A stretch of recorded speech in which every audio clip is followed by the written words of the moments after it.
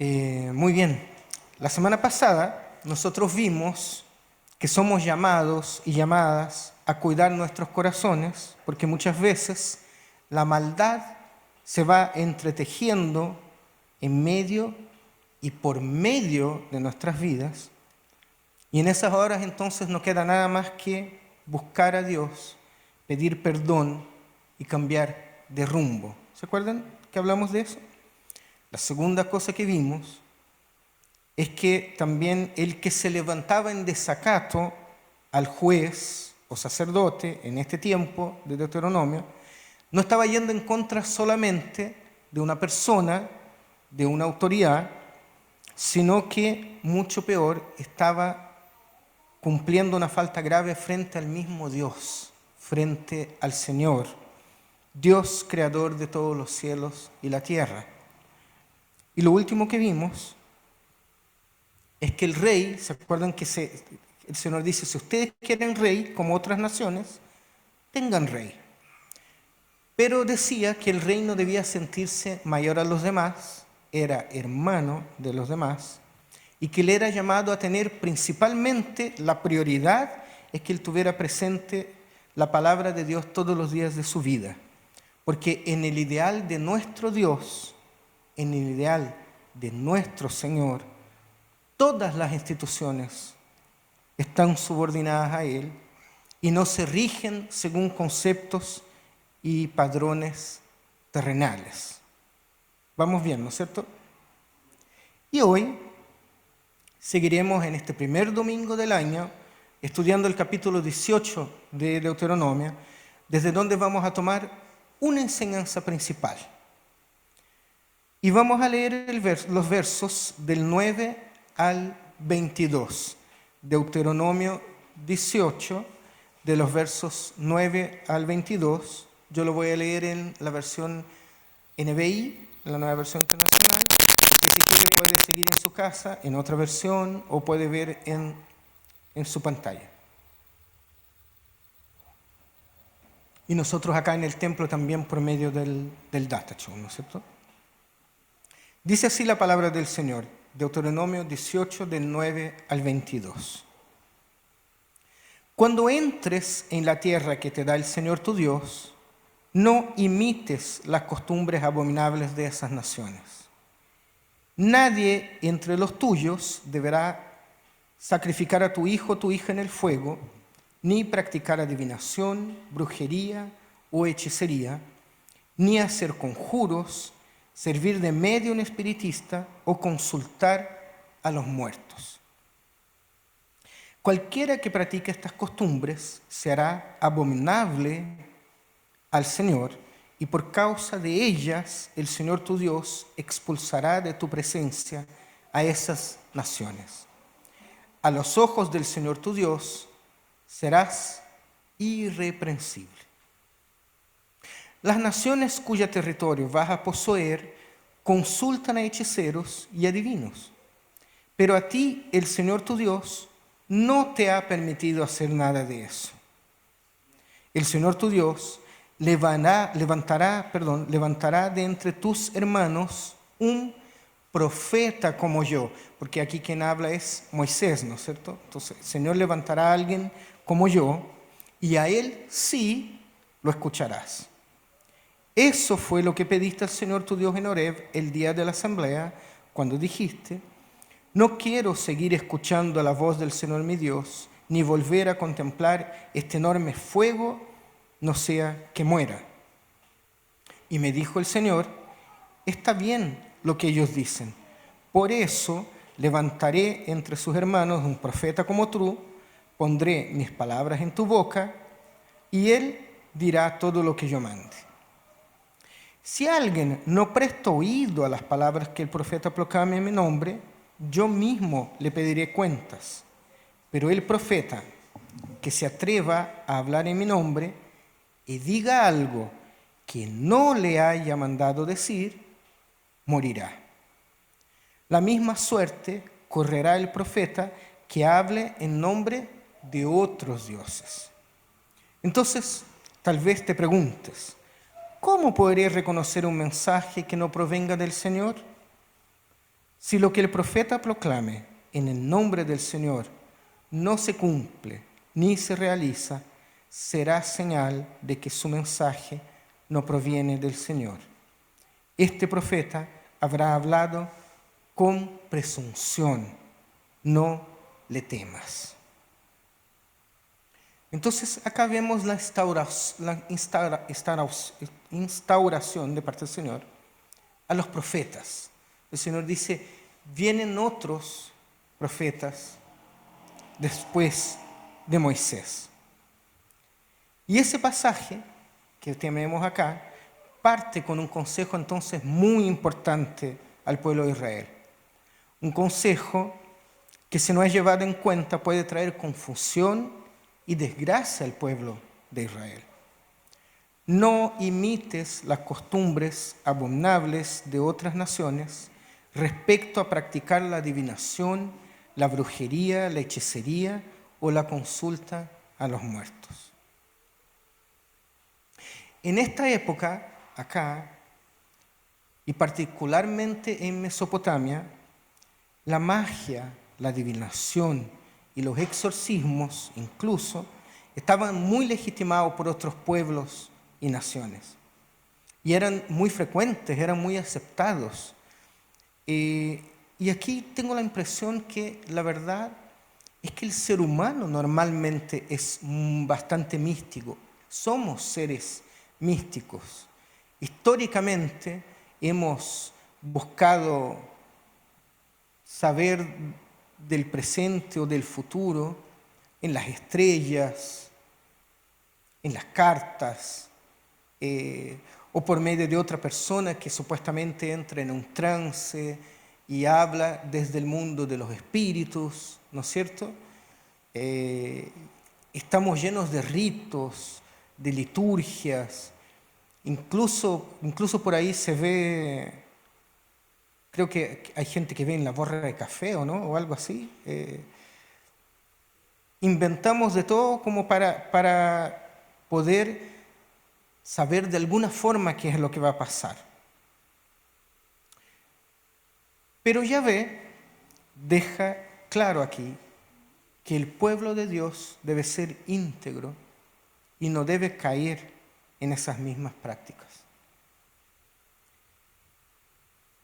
Así que, al invés de prestar atención a esta búsqueda por respuestas místicas, aquí y allá, de este o de este otro, lo que debe hacer el pueblo de Israel es prestar atención a las palabras del profeta que Dios mismo va a levantar entre ellos. Profetas como Moisés, que deberán tener también las mismas cualidades de Moisés, dice el texto. Así que el profeta o los profetas son, podríamos decir así, la alternativa israelita a los videntes y magos de la cual viene hablando el pasaje anteriormente. Este profeta va a ser levantado por Yahvé, no es elegido como es el rey y el sacerdote, y a él, ¿qué se debe hacer?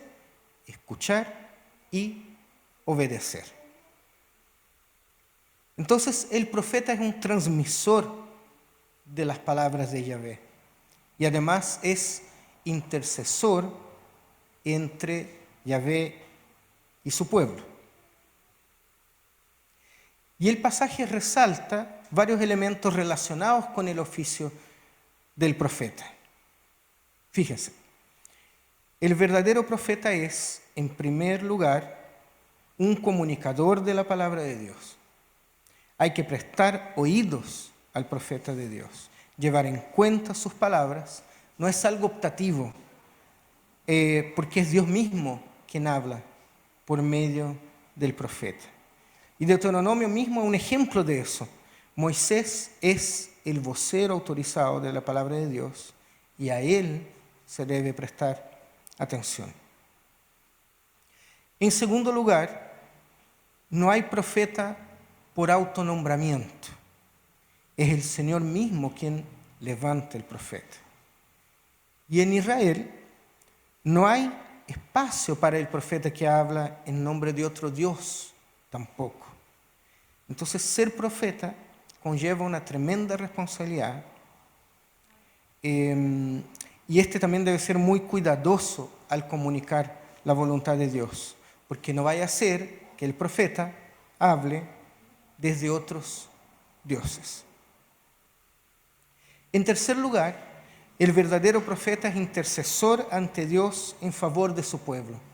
¿Recuerdan Moisés, que vimos que cuando baja de la montaña, Dios dice, no, aquí yo voy a terminar con todo, y Moisés intercede frente a Dios por el pueblo, y la verdad es que Dios cambia de decisión por la intercesión de Moisés. En cuarto lugar, el verdadero profeta es aquel que sufre por amor a su pueblo. ¿Y en qué sentido? Recordemos que Moisés no entra a la tierra prometida, pero no por sus propios pecados, sino que por el pecado del pueblo. Y en quinto y último lugar, el profeta verdadero muestra la eficacia de su palabra por el cumplimiento de lo que anuncia. Entonces los profetas sí deben ser juzgados en función de lo que dicen. ¿Y por quiénes son juzgados? Por el pueblo.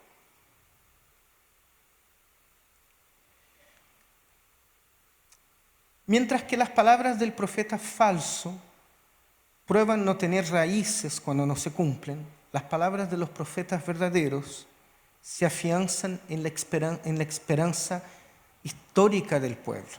¿Y en qué sentido? Les voy a explicar.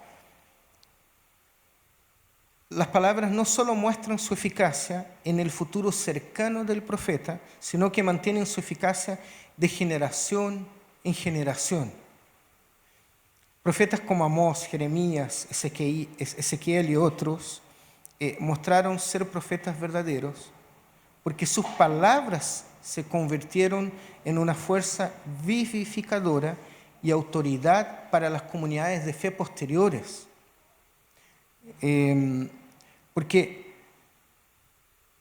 es por eso mismo que sus palabras se coleccionaron y llegaron a formar parte del canon de libros que hoy tenemos en la mano, nuestra Biblia, y sus palabras nos siguen llegando con fuerza hasta hoy y también con contemporaneidad, de tal manera que ninguno de nosotros hoy día tiene duda respecto a esos profetas y a las palabras de esos profetas. Entonces, ¿qué es lo que fue? ¿En dónde estaba el hecho de que el profeta hablaba por medio de Dios? Que a medida que fueron pasando el tiempo, no solo de esa misma generación, sino que de las siguientes, las palabras se fueron cumpliendo y entonces el profeta se fue confirmando, digámoslo así. ¿Por qué? Y porque eso es muy importante. Porque al igual que en la antigüedad, los pseudoprofetas o los falsos profetas que se levantan en nuestros días hacen un mal terrible a la iglesia y pueden ser muy dañinos a la iglesia. El profeta que no habla en nombre de Dios está guiando mal al pueblo y, insisto, puede terminar en cosas terribles. Han habido falsos profetas que han terminado con iglesias. Yo he visto a hombres, yo me acuerdo muchos años atrás en Brasil, llegó una persona, tenía mucha autoridad, hablaba muy bien y fue ganando espacio en la iglesia. A los pocos meses estaba planteando que debía casarse con una joven de la iglesia, un hombre mayor. Y fue algo muy raro, fue algo muy específico, pero los líderes terminaron juntándose y diciendo, caballero, usted se va.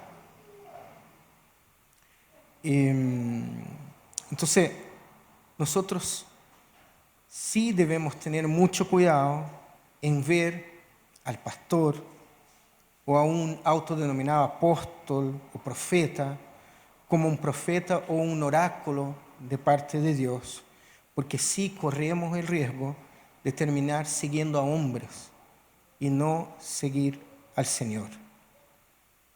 Y de hecho, les digo algo, no tiene mucho sentido que hoy nosotros andemos atrás de quienes nos digan cuál es la palabra de Dios. ¿Y saben por qué? Porque a diferencia de este tiempo, hoy ya no tenemos esa necesidad. Porque la palabra de Dios, el Logos, el creador de todas las cosas, el que estaba en el principio y el que va a estar en el fin, el Cristo, nuestro Cristo, es la misma palabra de Dios. Entonces, querida iglesia, el profeta mayor ya habló entre nosotros. Y lo voy a decir así, la profecía de Dios, la palabra de Dios, ya se hizo carne. Ya estuvo con nosotros. Así que ya no hay nuevas profecías. Ya no tenemos que andar en búsqueda de la voluntad de Dios, porque la reconocemos y la aceptamos como siendo el Cristo mismo que ha hablado en nuestro medio. Entonces, nadie más que nosotros no tiene por qué estar mirando las estrellas, preocupados aquí y allá, buscando a alguien que me diga qué es lo que pasa. Porque tuvimos profetas en la historia y tenemos a nuestro profeta mayor, que es el mismo Señor.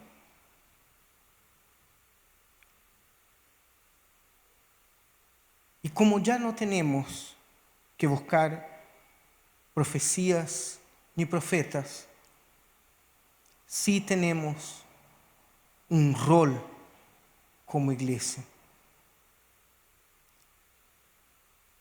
Porque hoy día, en nuestros tiempos, 2000 años de historia de la iglesia cristiana, es la iglesia misma la que tiene que tomar y tener un rol profético en el mundo. El rol de proclamar a Cristo, porque Él mismo es la palabra, y Él mismo entonces es la profecía, y a nosotros entonces como iglesia solo nos queda comunicar a Él.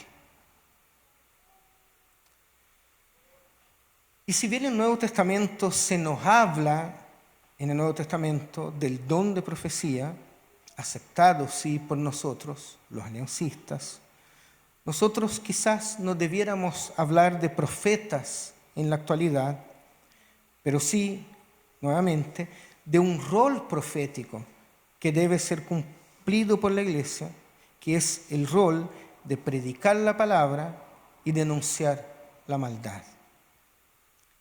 Y ese rol profético es muy amplio y también es muy contundente, porque a veces también da la impresión que la iglesia solo habla de determinadas cosas, y principalmente de las cosas que tienen que ver con la moral. Y más principalmente y específicamente respecto a la moral y la sexualidad. Entonces, no hablo de nuestra iglesia local, pero en términos generales, vemos que últimamente nos preocupamos mucho de algunos temas puntuales en la sociedad. Pero el rol profético de la iglesia no pasa solo por la moral.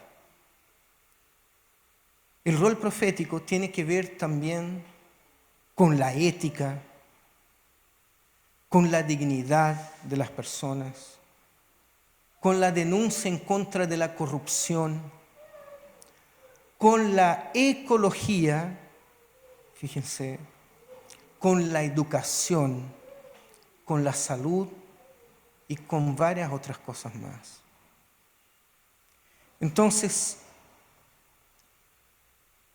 cuando pongo un tacho de basura diferente en mi casa para reciclar, para separar lo que es los plásticos, los envoltorios, el aluminio, de la basura orgánica, por ejemplo, no estoy haciendo algo que simplemente está de moda o que, no sé, ahora todos lo están haciendo. Cuando hago eso, la verdad es que también estoy cumpliendo con un rol como cristiano de cuidar el planeta en que vivimos. Porque esto del cambio climático y todas estas cosas son reales. Y nosotros, todos ya sabemos, vamos muy atrasados en esto. Entonces no piense que estas actitudes, o hablar de ética, por ejemplo, ¿qué es lo ético? ¿Qué es lo correcto? Hay leyes que no son éticas. O hay cosas que no huyen a las leyes, pero sí huyen a la ética. Entonces yo he escuchado a veces, principalmente en el ámbito político, ¿no es cierto? Sí, pero lo que él está haciendo, ¿incumple alguna ley? No, pero no por eso está bien. Hay cosas que no son éticas. Aunque uno no puede llevar a tribunales, ¿me entienden? Entonces los testimonios de Deuteronomio y los evangelios nos permiten ver que en el meollo de la vocación profética, en palabra y en acción, se localiza en la afirmación de la lealtad absoluta a Dios, a la creación y también permanencia de una sociedad igualitaria. Porque si cumplimos con el rol a que fuimos llamados, vamos a estar cumpliendo con el Señor y tendremos como resultado una sociedad también mejor. Los mensajes de Moisés y de Jesús buscan colocar a cada miembro de la comunidad de fe bajo la sola voluntad de Dios, pero también crea espacios de vida humana para todos, especialmente para los más vulnerables y marginados. La existencia del profetismo en Israel se debió también a este mismo anhelo, que todos vivan bajo un solo Dios y que todos sean hermanos en un mismo pueblo. La vocación profética de la iglesia y de los profetas individuales no puede darse al margen de la vocación mosaica y cristiana. En nuestros tiempos, el rol profético estará siendo cumplido por la iglesia en la medida que proclamemos a un solo Dios, pero que también busquemos generar una sociedad que no oprima y que no margine, especialmente al pobre y al vulnerable. Y es interesante recordar aquí nuevamente el tema del Estado laico y la importancia del Estado laico. Porque para que eso suceda en parte, nosotros tenemos que tener total independencia, total separación del gobierno, así como sucedía acá. El profeta no podía tener y no debía tener nada que ver con el rey y con los sacerdotes, porque así él tenía autoridad de mirar a la cara del rey y de decir al rey cuando él se estaba equivocando. Porque si no caería en una especie de conflicto de interés, ¿no es cierto? Y lo mismo pasa hoy. Una de las cosas de bendición del Estado laico es que la Iglesia puede denunciar a los gobernantes porque debido a la separación no les debemos nada. y no hay conflictos de interés entre la iglesia y los gobernantes. Entonces la palabra de Dios, queridos y queridas, no tiene tanto que ver con lo mágico, con lo que viene, con el futuro, con lo oculto, sino que más bien tiene que ver con vivir una vida en abundancia, donde todos son dignos de ser reconocidos como seres humanos, viviendo la vida, sabiendo y disfrutando del hecho de que somos imagen y semejanza de Dios. Y de hecho, ahora, pensando en este tiempo de elecciones presidenciales y en el nuevo gobierno que llega, ¿verdad? Ha circulado, yo no sé si les ha llegado, pero ha circulado por las redes sociales y por WhatsApp, profecías, sueños, miedos. Que si salía este candidato, el mundo se iba a terminar, que si salía este otro, el mundo se iba a destruir. Y lo peor de todo es que esos audios y esos mensajes estaban en clave evangélica. Se hablaba en términos evangélicos y se hablaba en nosotros, usando un vocabulario evangélico, y mezclaban a Dios, la oración, los sueños, pero sin ninguna seriedad, sin ninguna profundidad, sino que simplemente eran profecías al aire que amedrentaban y que confundían. Llamados a votar por un candidato y no votar por el otro. Yo soñé con él, yo soñé, hermano, y venía a mis brazos como un niño.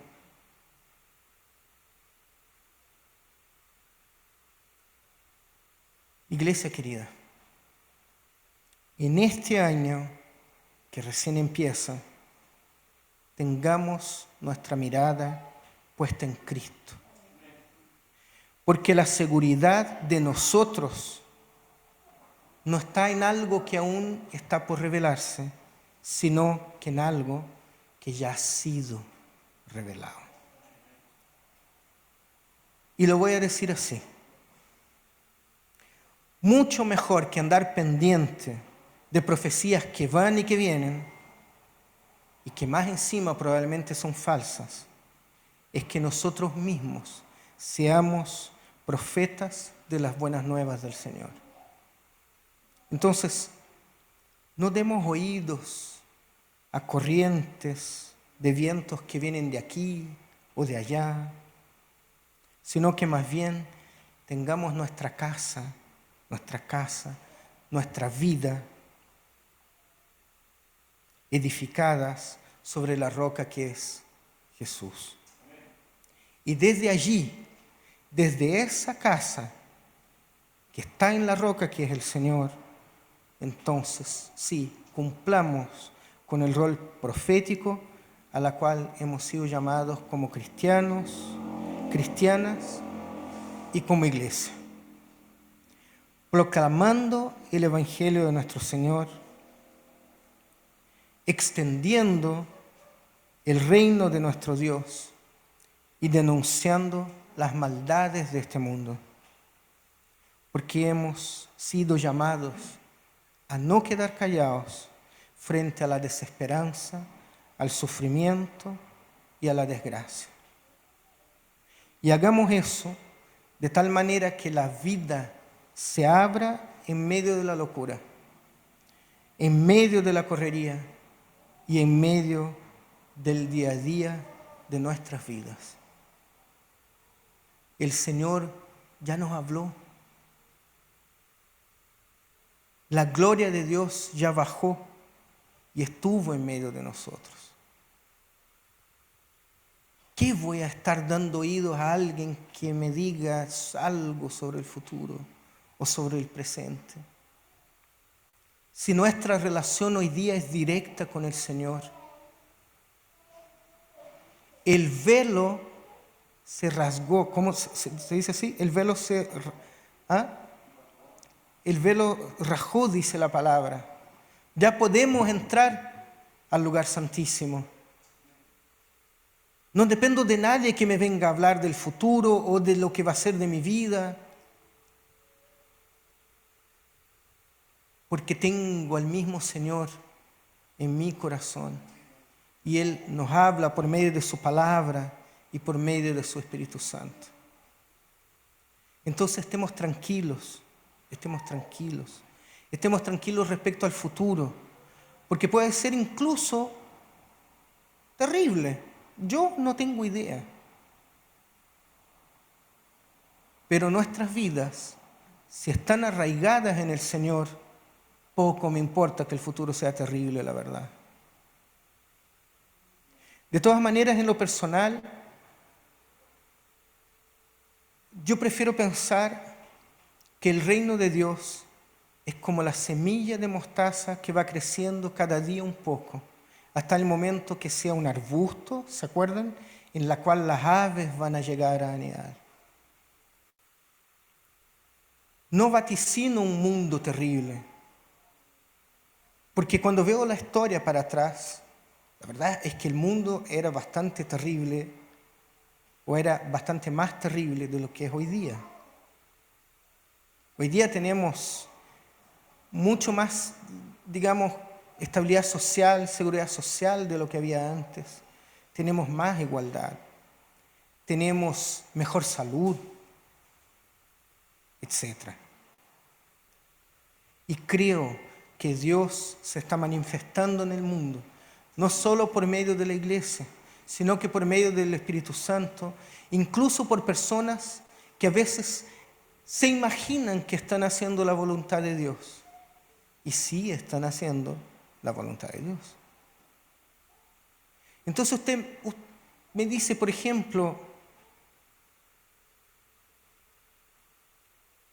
el médico que crea una cirugía nueva y que con esa cirugía salva o se empiezan a salvar miles de vidas.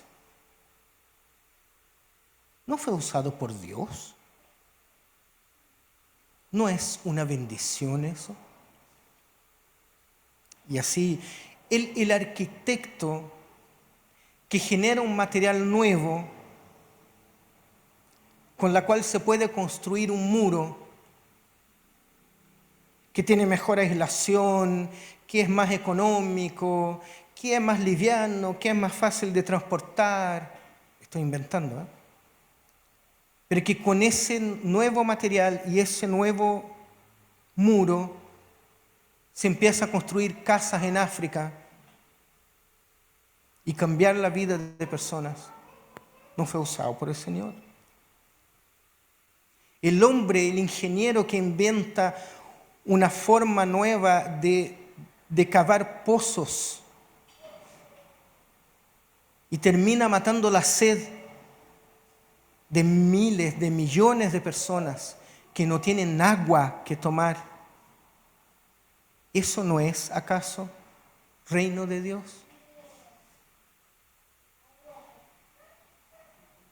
Un niño que no tiene agua que tomar, porque todavía en nuestro mundo hay gente que no tiene agua que tomar, que tiene que caminar kilómetros con un tacho, con un bidón, con un balde, para buscar un poco de agua que no es potable tampoco. Y viene un hombre con una técnica nueva y genera un pozo y mata la sed de toda esa gente. ¿No está Dios ahí presente? Entonces recordemos, querida iglesia, el reino de Dios ya fue inaugurado hace más de 2000 años. El reino se hace presente. De a poquito quizás, de manera imperceptible quizás, pero Dios se está manifestando aquí adentro y también allá afuera. Y depende de nosotros, porque a la medida que cumplamos el rol profético a la cual fuimos llamados, y por eso depende de nosotros, que este reino siga expandiéndose a todos los recónditos de la tierra, hasta el momento que venga el Señor y nos busque y transforme este mundo en tierra nueva. Pero mientras eso no pase, debemos cumplir con el rol a la cual hemos sido llamados. Que este año el Señor nos ayude en eso. Que el Señor nos maraville para que otros puedan ser maravillados. Que el Señor nos hable, que el Señor se muestre de distintas maneras, en distintos lugares, para que así su amor llegue a cubrir toda la tierra. Amén. Que este año sea un año de bendición para cada uno de ustedes, sus familias, para esta iglesia. Que cumplamos con el rol que tenemos aquí en este barrio, en esta comuna, en esta ciudad, en este país. Y por qué no afuera también. Que el Señor bendiga a cada uno, a cada una. Vamos a orar en este momento. Querido Padre Celestial, en este año que está empezando, Señor, queremos decirte, haz lo que quieras con nosotros, Señor. Estamos en tus manos, Señor. Y necesitamos de tu presencia, de tu gracia, de tu perdón de pecados, de tu amor, de tu misericordia, Señor.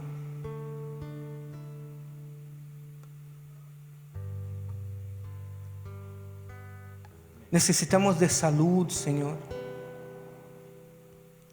Necesitamos ser prósperos también, Señor, en nuestros trabajos, en nuestros colegios, en nuestras universidades. Ayúdanos, Señor, a ser ejemplo. Pon de tu amor en nuestros corazones, Señor. Como decía el hermano Nehemías, tú siempre has estado con nosotros. Tú nos has acompañado en los días buenos y en los días malos. Y tenemos la seguridad, Señor, que este año no va a ser diferente. Y que podemos confiar en ti, Señor, porque somos como, dice tu palabra, somos como pollitos bajo tus alas, Señor. Y tú eres nuestra roca, Padre. Tú eres nuestra guía, Señor. Tú eres nuestro Abba.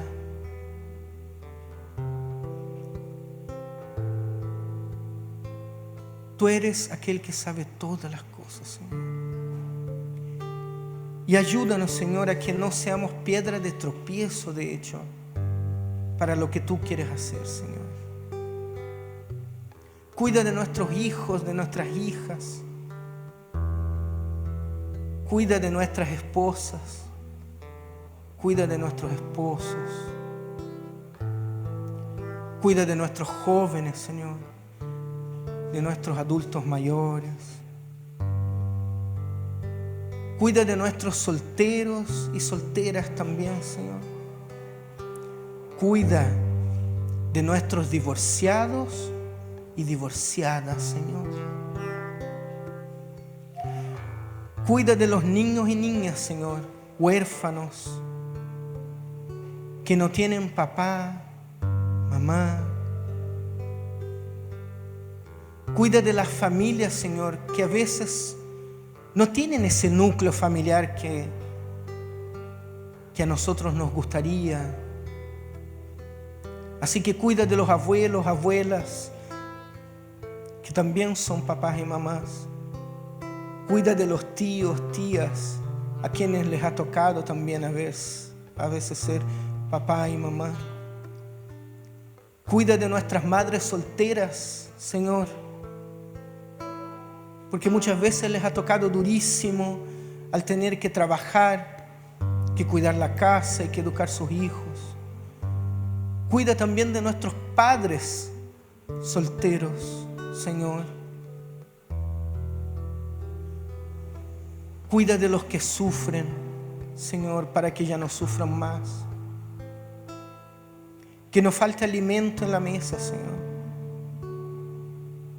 Que nadie se muera en una fila de urgencia de hospital, Señor. Y que a nadie le falte un techo, Señor, y una cama donde reposar su cabeza.